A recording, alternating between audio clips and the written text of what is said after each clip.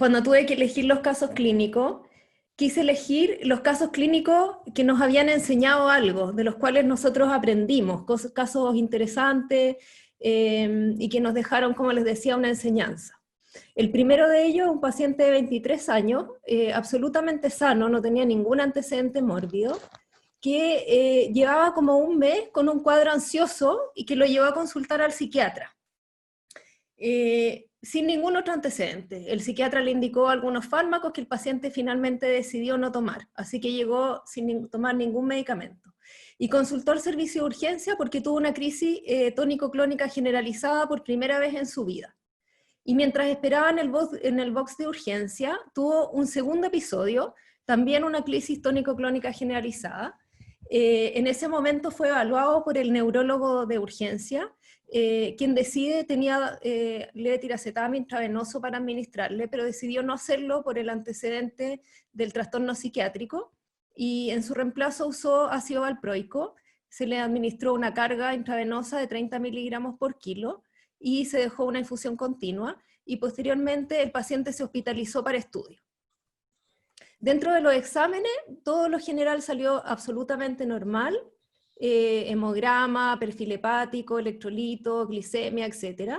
Y se le hizo una resonancia que también salió normal. Y se decidió conectar a un video monitoreo. Y el video monitoreo lo que nos mostró fue que, si bien el paciente no tenía actividad interictal, sí tenía estas salvas de actividad delta rítmica, que eran bifrontales, pero de mayor expresión al lado izquierdo. Lo mismo pueden ver acá. Y esto se repitió durante todo el examen. Durante las 24 horas de registro, casi en las últimas 8 horas, el paciente presentó una crisis epiléptica que se inició con con una desviación forzada de la mirada hacia derecha, con una postura distónica de la mano derecha, y posteriormente evolucionó a una crisis tónico-clónica generalizada. Eléctricamente el origen no se veía claramente porque había mucho artefacto, pero nos pareció semiológicamente como una crisis del lóbulo frontal. Y en ese momento el neurólogo tratante decidió pedirle una evaluación al epileptólogo, porque era un paciente joven, sano, que había tenido 3 crisis epilépticas en menos de 24 horas. ¿Y qué es lo que hicimos los epileptólogos cuando llegamos? Hacer nuevamente la anamnesis, porque al final sabemos que el 90% de la información para el diagnóstico de nuestros pacientes está en la anamnesis. El paciente había tenido una historia como de un mes de cambios de conducta, estaba muy irritable, textualmente los papás decían que dejaba la embarrada por cualquier cosa, se molestaba por cualquier motivo, y por esto lo habían llevado al psiquiatra. El psiquiatra lo había evaluado y le había parecido que lo que tenía este paciente era un trastorno de ansiedad, así que le dio medicamento, lo cual al paciente lo enojó mucho, así que se bajó del auto indignado y se fue a la casa caminando. Todo esto se los cuento para mostrarles el nivel de irritabilidad que tenía. Y al interrogarlo más dirigidamente nos contó que además de esta irritabilidad, en las últimas 2 semanas a él le costaba expresarse. A veces quería decir algo y le costaba mucho encontrar la palabra. Y además de eso, había tenido 2 hitos que fueron lo que lo llevaron nuevamente a consultar, y que estaba en misa, él iba a misa todos los domingos, y cuando le tocó rezar el Padre Nuestro, no se acordaba del Padre Nuestro. Esto pasó un poco desapercibido, se rió con los amigos, y no le dio mucha importancia, hasta que una semana después, en un partido de fútbol, todos los que son futboleros van a entender esto, que era un partido un partido nacional de su país, y él tenía que cantar el himno nacional, y no se acordó del himno nacional. Y ahí también fue algo súper impactante para él. Dentro del examen, tenía un examen normal, el paciente estaba febril, y el examen neurológico, lo que llamaba la atención es que cuando uno le preguntaba ¿qué es esto?, el teléfono, por ejemplo, lo lograba decir, pero se demoraba mucho en encontrar la palabra. Y tenía un trastorno de memoria en que al nombrarle 3 objetos, se le olvidaban 2 a los 5 minutos. Entonces, en suma, tenemos un paciente con crisis epilépticas de inicio agudo, repetidas en un corto periodo de tiempo, asociado a síntomas psiquiátricos, trastorno de nominación y trastorno de memoria. Y un electro que, si bien no muestra actividad epileptiforme, tiene esta lentitud delta rítmica repetitiva, con una neuroimagen normal. A continuación les voy a hacer una pregunta para que ustedes puedan votar en pantalla cuál es lo que a ustedes les parece más. ¿Cuál sería para ustedes el diagnóstico más probable de este paciente? ¿Un debut de una epilepsia frontal con un cuadro psicótico? ¿Crisis sintomáticas agudas en contexto de encefalitis? ¿O epilepsia de probable origen autoinmune? Tienen que marcar la alternativa y poner enviar. Y ahí vamos a ver después los resultados.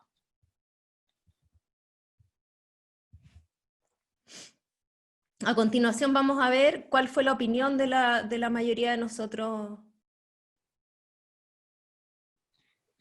Entonces, aquí hay un 18% de personas que piensan que esto es un debut de una epilepsia frontal, 26% crisis sintomáticas agudas, y la gran mayoría piensa que esto es una epilepsia de probable origen autoinmune. Vamos a continuar entonces, siendo que la mayoría de las personas piensan que esto es una epilepsia autoinmune. Vamos a continuar con la pregunta número 2. ¿Cómo continuaría usted con el estudio de este paciente? ¿Le haría un PET, una punción lumbar con estudio de etiología infecciosa? ¿O la punción lumbar, además de la etiología infecciosa, consideraría hacerle un panel de anticuerpos para encefalitis autoinmune? Entonces voten nuevamente. Y después yo les voy a contar lo que hicimos y cuáles las razones que hay detrás de lo que se hizo. Ya, la gran mayoría de las personas consideró que había que hacerle una punción lumbar con un panel autoinmune y una minoría que además sería bueno hacerle un PET. Bueno, les cuento que el paciente, dado que te habías tenido estas 3 crisis, se decidió cargar con la cosamida intravenosa, se le administraron 200 miligramos y luego quedó con una dosis de mantención de 100 miligramos cada 12 horas y le hicimos una punción lumbar que tenía 15 células, tenía una celularidad aumentada, con predominio mononuclear, todo el estudio infeccioso, que realmente créanme que fue muy amplio, salió negativo, y le solicitamos un panel de anticuerpos para encefalitis autoinmune que se fue a la clínica Mayo. Antes de obtener este resultado, decidimos tratar al paciente porque efectivamente tenía una encefalitis y lo infeccioso había sido descartado, así que se le comenzaron pulsos de metilprednisolona. Hasta que obtuvimos el resultado definitivo, que llegó días después, y obtuvimos un título muy alto de anticuerpos antirreceptor de NMDA, ¿ya?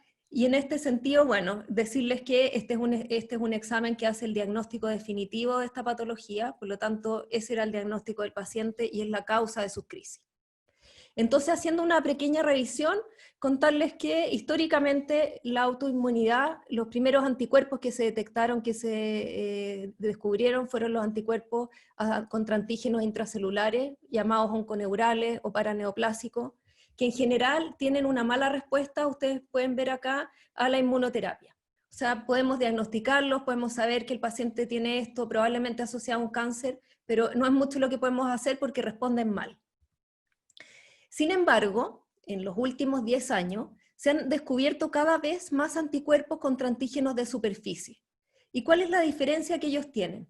Que tienen en general una muy buena respuesta a la inmunoterapia. O sea, nosotros vamos a diagnosticar, pero además de diagnosticar, vamos a tratar, y es muy probable que ese tratamiento sea totalmente efectivo. ¿Qué es lo interesante de esto? Que de estos pacientes que tienen encefalitis con anticuerpos contra antígenos de superficie, 3/4 se manifiesta con crisis epiléptica. O sea, es muy probable que a los epileptólogos nos van a llegar estos pacientes y los vamos a tener que ver y tenemos que sospechar para poder diagnosticar. ¿Cuáles son los más frecuentes? Los encefalitis por anticuerpos anti-NMDA y anti-LGI1. ¿Qué tan frecuente es? Miren, este es un estudio bien interesante porque es un estudio multicéntrico que enroló a todos los pacientes jóvenes, menores de 30 años, que llegaban a hospitalizarse por una encefalitis viral, ¿ya? Y lo que descubrieron ellos es que, digamos, la etiología más frecuente de estas encefalitis, entre comillas, virales, son los anticuerpos anti-NMDA. Eso es más frecuente que la encefalitis por enterovirus y más frecuente que la encefalitis por herpes, ¿ya? ¿Cómo se manifiesta? Uno de los síntomas más frecuentes son los trastornos del lenguaje. Los trastornos del lenguaje ocurren en el 72% de estos pacientes. Aquí dice afasia, pero puede ser, la verdad es que hay un florío, síntomas muy diferentes unos de otros. Puede ser desde un leve trastorno de nominación hasta una afasia evidente. El segundo síntoma común es la irritabilidad y los trastornos psiquiátricos, que ocurren en el 75% de los pacientes. Y el tercero, las crisis epilépticas. Por lo tanto, si tenemos esta tríada de afasia, irritabilidad y crisis epiléptica, en un paciente joven, tenemos que sospechar que puede ser una encefalitis anti-NMDA. En general, la progresión es en días o en semanas. No es tan lenta ni tan rápida, es subaguda. En un mes, la mayoría de los pacientes tiene combinaciones de todos estos síntomas. Pueden haber movimientos anormales, pueden haber trastornos autonómicos, pero los más frecuentes son estos tres. Y lo más frecuente es que estos tres sean en combinación. Ahora, el problema grande es que hay un 5% que sabemos que permanece monosintomático. ¿Qué significa eso? Que solamente va a tener crisis epiléptica o que solamente va a tener síntomas psiquiátricos. ¿Y cómo los podemos distinguir? Porque las crisis epilépticas parten de un día para otro y son muy frecuentes en un periodo corto. Entonces, ¿cuándo sospecharlo? Esto en general ocurre en niños y adultos jóvenes, en promedio 21 años, puede ser a cualquier edad, pero generalmente ocurre en gente joven. 58% de las mujeres que se afectan es por un teratoma ovárico, o sea, siempre que es una mujer hay que buscar un teratoma ovárico. En niños y en hombres en general la relación con tumores es menor, pero esto es bien frecuente, puede ser gatillada por encefalitis virales previas. O sea, pacientes que han tenido cuadros febriles, con mucha cefalea, que se mejoran y después a las 2 semanas, un mes, empiezan con estos otros síntomas. Eso puede ser una encefalitis por anticuerpo anti-NMDA post una encefalitis viral. O post cuadro viral, en realidad, más que encefalitis. ¿Cómo son las neuroimágenes? 70% son normales. ¿Qué es lo que pueden tener? Cuando están alteradas tienen hallazgos inespecíficos, que son aumentos de la señal en el FLAIR, ya sea cortical, subcortical o cerebelo. No tiene predilección por estructuras temporales mesiales, o sea, no es una encefalitis límbica, como sí lo es con anticuerpos anti-LGI1, que eso es una encefalitis límbica. Hay algunos anticuerpos que producen característicamente encefalitis límbica, pero no este.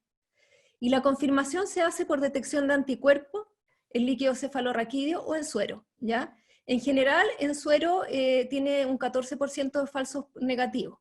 Por lo tanto, cuando uno tiene una sospecha muy alta, lo ideal es hacerlo con una punción lumbar. Y si tiene una sospecha baja, probablemente baste con hacerlo en sangre. El electroencefalograma es bien característico y de hecho a nosotros nos ha permitido sospechar este diagnóstico en muchos pacientes que llegan porque tienen compromiso de conciencia, porque tienen cefalea, porque tienen crisis epiléptica. El 90% de ellos tiene actividad delta rítmica. Esta actividad delta rítmica puede ser generalizada o puede ser bifrontal. Y cuando se asocia a actividad rápida superpuesta, es lo que se llama los cepillos delta, ¿ya? Que ocurren solo en el 30% de los casos, pero que son muy, muy sugerentes. Si bien la actividad delta rítmica no es específica, en un caso que tiene una clínica concordante, es sumamente sugerente. Entonces, hagamos la pregunta 3. Y la pregunta 3 es, este paciente, porque nos va a preguntar, nosotros somos el doctor, vamos a llegar a verlo y nos va a decir, doctor, ¿yo tengo epilepsia o no? Entonces, aquí está lo que nosotros le vamos a contestar, ¿sí o no?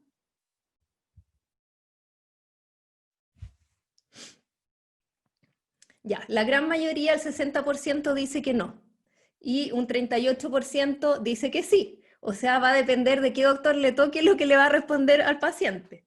Y esto es bien interesante porque la verdad es que yo no tenía muy clara la respuesta a esta pregunta hasta que me tocó revisar este artículo donde les puedo contar que lo subrayé en rojo porque la doctora Viviana Venegas, que ella es parte de nuestro centro, ella tuvo la suerte de poder participar con este grupo de trabajo. Este grupo de trabajo es de la Liga Internacional contra la Epilepsia y es el grupo que se dedica a las enfermedades autoinmunes. Y ellos hacen una propuesta de definiciones conceptuales que es bien relevante. Ellos dicen que tenemos que diferenciar dos conceptos: las crisis sintomáticas agudas secundarias de encefalitis autoinmune y las epilepsias asociadas a encefalitis autoinmune. La diferencia es súper relevante en términos de pronóstico y tratamiento. Aquí les voy a poner un ejemplo. Cuando tenemos un paciente con un TEC y el paciente tiene crisis en los primeros 7 días, nosotros decimos que son crisis reactivas o sintomáticas agudas, que eso no es epilepsia. Y lo mismo sucede acá. Cuando tenemos una encefalitis activa, esa puede ser la causa de sus crisis y serían consideradas crisis sintomáticas agudas. ¿Cuál es la diferencia? Que eso puede ocurrir en los primeros días y puede ocurrir también semanas o meses mientras la encefalitis está activa. Entonces no hay un tiempo claro de corte, cuando decir esto es solamente secundario a la encefalitis. Y la epilepsia es distinto, porque significa que hay una alteración permanente, que independiente de que la autoinmunidad esté o no activa, igual hay un proceso epileptogénico y se cree que es porque estas encefalitis dejan secuelas. Y estas secuelas, estas gliosis que pueden verse o no en la resonancia, pueden seguir generando epilepsia a pesar de que la encefalitis esté tratada, ¿ya? Entonces, esta diferencia es importante. Ahora, si uno hace un seguimiento de estos pacientes, este es un estudio que muestra un seguimiento de 88 pacientes con encefalitis anti-NMDA. Más del 80% estaba libre de crisis a 6 meses. Y de estos, casi el 40% con los medicamentos suspendidos a los 3 meses. Y ningún paciente con recurrencia de crisis a 2 años. Por lo tanto, en general, se dice que, dado que esto responde muy bien a la inmunoterapia, se les da inmunoterapia y se les da tratamiento entre 3 y 6 meses y después el tratamiento se suspende. A los pacientes, la gran mayoría, no requiere un tratamiento prolongado con fármacos antiepilépticos. Entonces, el mensaje final es que hay que sospecharlo y hay que descartarlo. Y para sospecharlo y descartarlo, tenemos que conocer este diagnóstico y saber cómo se presenta. Bueno, a continuación les voy a mostrar, es una mujer de 45 años que tiene epilepsia desde los 13 y tiene crisis típica. O sea, ya con esto que nos cuenta nosotros vamos a saber de dónde viene su epilepsia. Tiene sensación epigástrica ascendente, se desconecta del medio y tiene automatismos de la mano derecha. Refractaria a múltiples fármacos, con una frecuencia en clúster cada 15 días y nunca ha tenido otro tipo de crisis. Entonces, ¿esto a qué nos orienta? A una epilepsia del lóbulo temporal, probablemente de origen mesial por el aura que presenta. Le hacemos un monitoreo y lo que tiene es actividad interictal muy frecuente, temporal derecha, con máximo temporal anterior. Y esto se repite durante todo el trazado muy frecuentemente. Este es un montaje referencial, donde pueden ver que el máximo está en el electrodo F8, que es el electrodo temporal anterior. Por lo tanto, tenemos semiología temporal y tenemos actividad interictal temporal derecha. Con una resonancia que nos muestra un hallazgo muy característico de la esclerosis temporal mesial, que es que tiene hiperintensidad en el FLAIR, tiene un trastorno de la arquitectura del hipocampo y una disminución importante del volumen. Por lo tanto, además de la actividad interictal, de la semiología, tenemos una lesión en ese mismo lugar. Ustedes saben que como parte de la evaluación neuropsicológica, de la evaluación prequirúrgica, siempre se hace una evaluación neuropsicológica, que en el fondo nos permite un poco lateralizar las disfunciones, específicamente cuando son del lóbulo temporal. Y aquí justo veo el zoom arriba, pero no sé si ustedes lo pueden ver bien. Aquí se ve en rojo, la barra roja indica el desempeño del paciente en la memoria no verbal. Y en azul tenemos la memoria verbal. Todo su rendimiento debiera estar más arriba de esta barra amarilla. ¿Y qué es lo que vemos descendido? Lo no verbal, ¿ya? Y esto nos lateraliza en el lado derecho. Por lo tanto, este paciente tiene una disfunción temporal del lado mesial del lado derecho, que también todo esto nos apunta entonces que hay un problema, el paciente tiene el problema muy localizado en el lado derecho. Este es el resumen, y lo mismo que les dije, pero es considerar solamente que no hay registro ictal. Entonces viene la siguiente pregunta. ¿Sugeriría uso de perampanel? ¿Realizaría un PET para evaluar la opción quirúrgica? ¿Un video monitoreo? Y os sugeriría realizar lobectomía temporal derecha. Entonces ahí ustedes pueden votar y pueden enviar. Ya, aquí están bien divididas las respuestas. El perampanel es el único que no tuvo mucho éxito, pero el resto en realidad están bastante divididas entre realizar videomonitoreo y realizar la lobectomía. Ya, yo les voy a contar ahora cómo se resolvió este paciente y por qué. Decidimos ir directamente a la lobectomía, y la paciente, les cuento que lleva 2 años con Engel 1A, o significa que no ha tenido ningún nuevo tipo de crisis. Esto me lo voy a saltar un poco porque... Bueno, ¿por qué es importante este caso? Este caso yo lo considero importante porque ustedes saben que en nuestro país y en general en países en desarrollo, en Latinoamérica, es muy difícil acceder a un videomonitoreo. Tan difícil que hay muchos pacientes de este tipo que no se operan porque no pueden hacerse un videomonitoreo. Y no se lo pueden hacer porque es muy caro o simplemente porque no tienen acceso en el servicio público. Hay muy pocos lugares donde lo hacen, son realmente contados con los dedos, y si el paciente no llega ahí, no puede hacérselo. Entonces, realmente uno tiene que cuestionarse si esto va a cambiar o no nuestra conducta. El doctor Chernes ya nos habló de esto hace un par de semanas. Sin embargo, los brasileños no son los únicos que han tomado este tema. También lo hicieron algunos los alemanes, el doctor Noachter y su equipo. Y eso es lo que les quiero mostrar. Este es un estudio de 300 pacientes que hicieron un seguimiento, y ellos vieron que cuando tenían una lesión en el lóbulo temporal, más actividad epileptiforme interictal unilateral, ipsilateral a la lesión, eso era suficiente para identificar la zona epileptogénica. El registro ictal no agregó ninguna información. Y hubo 2 pacientes en que fue discordante y los operaron igual. Les operaron igual el lado de la lesión, que siempre fue concordante con la actividad interictal, y los pacientes tuvieron excelente resultado. Por lo tanto, el mensaje es que en caso de pacientes con lesiones temporales claras, con actividad interictal unilateral, ipsilateral al foco y semiología compatible, no es siempre necesario realizar un registro ictal. Ya, el último paciente, este es un paciente que he presentado varias veces, pero fue antes de que se resolviera, porque realmente me costó decidir qué hacer. Este es un paciente que inició sus crisis a los 10 años de edad. Él decía que le empezaban con visión de luces de colores, o a veces veía rayas, y luego se desconectaba del medio. Le duraba más o menos 1 minuto, y le venían 1 o 2 diarias. Muy ocasional, generalización secundaria. Se hizo un video monitoreo, y lo que vimos fue que al hiperventilarlo, cuando le pedimos que hiperventilara, aparecía esta actividad muy lenta. Este es un montaje referencial, y vemos acá no uno, occipital izquierdo, y aquí también occipital izquierdo. Y vemos que esta actividad delta rítmica aparece con la hiperventilación, pero muy localizada, solamente en la región occipital izquierda. La actividad interictal era bien frecuente, espigas y poliespigas en la región temporo-parieto-occipital izquierda. Y acá en el sueño un poco más focalizada, bien posterior. Pero a veces pasaba esto, que tenía estos paroxismos que eran como hemisféricos izquierdos prácticamente. Se veían más con un máximo más posterior, pero realmente eran un campo muy, muy extenso. Sin embargo, sus crisis partían en forma muy, muy, muy localizada. Partían con actividad rápida en el electrodo occipital izquierdo, no uno. Si ustedes se fijan, esto occipital izquierdo, esto occipital izquierdo. Entonces tiene una actividad rápida que parte en un electrodo. Es un campo que está muy delimitado en la región occipital izquierda.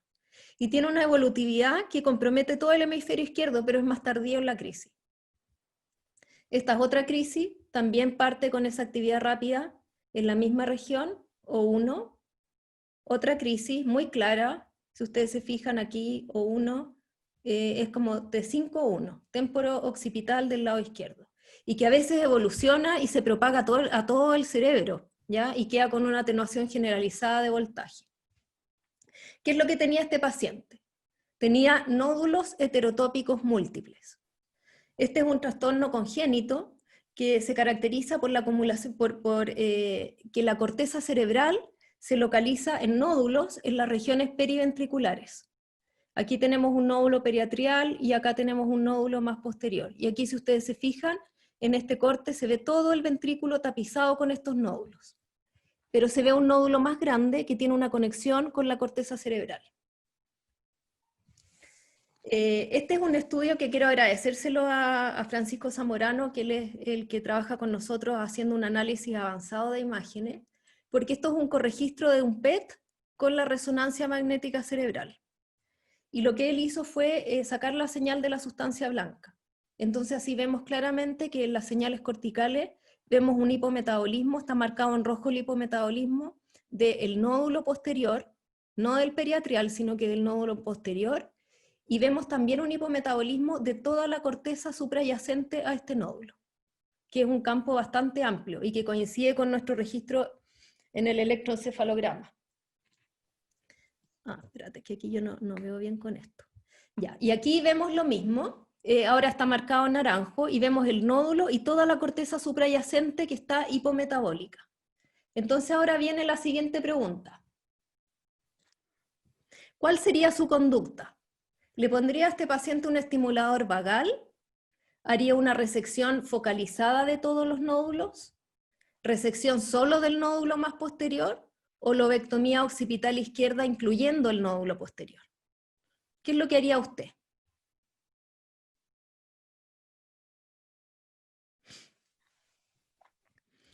Ya, aquí la gran mayoría votó por la resección solo del nódulo más posterior, y casi un 50% de las personas, y un 32% lobectomía occipital izquierda. Menos harían resección de todos los nódulos, y menos le pondrían estimulador vagal. Ahora yo les voy a tratar de explicar por qué no hicimos la resección solo del nódulo y decidimos hacer una resección más amplia. Este es uno de muchos estudios que tratan de identificar la zona epileptogénica en pacientes con nódulos múltiples, con nódulos heterotópicos múltiples. Y este es un estudio interesante porque es un estudio francés, donde hicieron estéreo EG. ¿Y qué es lo que hicieron ellos? Eran 19 pacientes y les pusieron electrodos profundos, algunos en el nódulo, otros en la corteza suprayacente al nódulo, y otros en la corteza distante. Entonces yo les voy a pedir que miren ahora la figura que está al lado derecho, este gráfico. Se los voy a tratar de explicar. Aquí están los pacientes, los 19 pacientes. Aquí están los electrodos que iban a la corteza heterotópica, al nódulo. Aquí están los que iban a la corteza suprayacente al nódulo. Y aquí están los que estaban colocados distantes al nódulo, en otras partes, en otra corteza. Entonces ellos lo que hicieron un análisis de la actividad interictal y de las crisis para evaluar lo que ellos llamaban el índice de epileptogenicidad. ¿Cuál era la probabilidad de estas estructuras de originar crisis? ¿Ya? El mayor índice de epileptogenicidad está marcado en amarillo o este verde clarito que hay acá. Entonces ustedes se pueden dar cuenta de que la mayor epileptogenicidad en la gran mayoría de los pacientes está en la corteza suprayacente y no en el nódulo. Entonces uno dice, ¿cómo puede ser esto? La hipótesis que hay es que estos nódulos generan conexiones aberrantes con la corteza suprayacente. Entonces son redes epileptogénicas muy amplias que son difíciles de predecir y que son muy heterogéneas de un paciente a otro. Y a veces es el nódulo el que origina las crisis y otras veces es la corteza suprayacente. ¿Ya? Y esto ha sido algo que ha sido bien reproducido en distintos estudios. Y por eso que hay series de pacientes operados en que se resecan los nódulos y los pacientes siguen con crisis igual. ¿Ya? O que se reseca la corteza suprayacente y el paciente sigue con crisis igual. Entonces lo ideal, lo mejor es identificar al nódulo, identificar cuál es el área hipometabólica cercana a este nódulo y tratar de hacer una resección del nódulo y de la corteza suprayacente. Y lo que se hizo en este caso es, bueno, explicarle al paciente que la probabilidad de que él quedara con un déficit de campo visual era prácticamente 100%, o sea, iba a quedar con un déficit de campo visual. Pero el neurocirujano fue muy hábil en pensar que era mejor tratar de dejarle lo más posible del área pericalcarina. Entonces lo que hizo fue hacer una resección del área posterior de la cisura calcarina y dejar la parte anterior. por lo que el paciente no perdió el campo visual en forma completa, sino que solamente en forma parcial. Y a continuación, les voy a mostrar la biopsia. Esta es una tinción donde se tiñen las glías.